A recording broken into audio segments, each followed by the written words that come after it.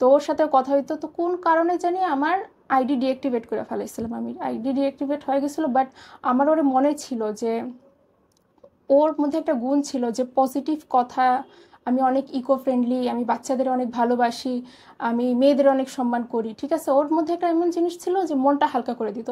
তো আমি তার মনে রাখছিলাম। তো তখন তার নাম ছিল গিয়া ফেসবুকে, ঠিক আছে।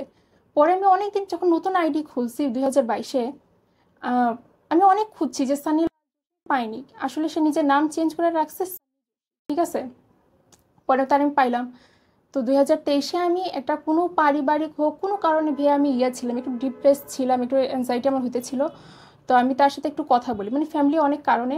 তো আমি তার সাথে কথা বলি, তো তার রিকোয়েস্ট পাঠাই, তো সে একবার অ্যাকসেপ্ট করে, তো আমার চিনে। আমার ভেয়ে এত খুশি লাগছে যে সে আমার 2020-এর ছবি আমার কাছে রাখছে, আমার নামও মনে রাখছে, ঠিক আছে। আমার কয় কি যে তুমি আমার কেমনে মনে রাখছো, মনে রাখারই কথা, তোমার না ভুলার মতো, তুমি আসিলাই ওই রকম, তুমি আমার অন্তু, ঠিক আছে। এই যে এখান থেকে শুরু হয় ভাইয়া, ফ্রেন্ডশিপ শুরু হয়, ঠিক আছে। আমি ওর থেকে 2 বছর 1 মাস 14 দিন বড়, তার উচিত আমারে দিদি ডাকার, সে আমার দিদি ডাকে না, নো ফাইন, আচ্ছা ঠিক আছে চলবো, ওকে ফাইন। এখন ও আমার এইটা বলছিল যে আমার যে মেট্রিকের যে ইয়াটা 15, তার 2 বছর আগে সে আমার মেট্রিক দিছে, ঠিক